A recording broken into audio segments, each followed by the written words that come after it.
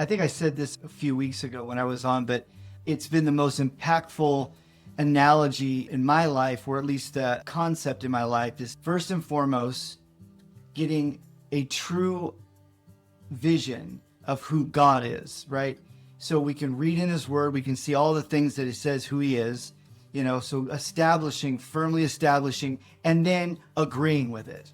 Like, this is what it says, because I found there's so many things growing up in the church, loved the Lord all my whole life.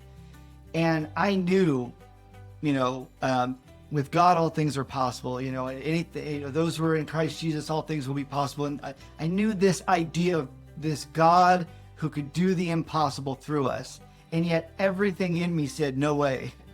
Every time he would ask me to do, like, nope, not me. Find somebody else. I don't think that'll turn out. And I want to guarantee before I'll say yes. So I knew what the word said, but I didn't get a true understanding where I believed, where I could actually rest in the belief that he is who he says it is. So it's a different level of, going through and saying, okay, honestly, this is what the word says, that you are faithful and you are true. Okay, Lord, show me where I do or don't believe that, and getting really real. And so as started to establish this thing of, true identity of God and what I believe him to be. The second point being believing who he says I am, right? Because when he spoke to you, said you're a threshing tool, you're, one that wrestles, these different identity that Lord gives us, whether through prophetic word, him speaking directly through us, or just like that, reading the scriptures and saying, that is my verse, he's speaking directly to me.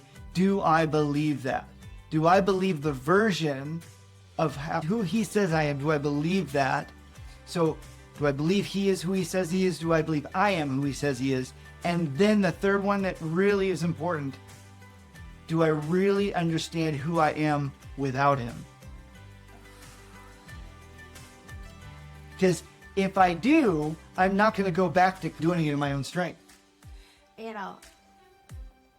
I'll share this. As a younger person, I struggled a lot with mental health and severe depression, debilitating depression, and other things. And I remember laying in bed one day and I was just mentally yelling at myself, pull yourself up by the bootstraps, get it together, blah, blah, blah, And I heard the audible voice of the Lord say, Leslie, you can't even breathe without me.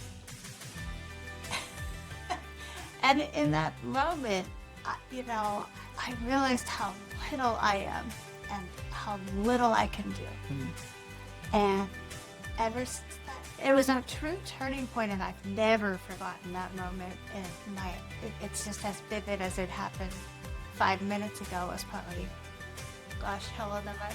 Probably 30-something years ago. But I can't even breathe without him. I cannot even breathe without him. And to say that, who are you apart from God? Who are you without God? Yes.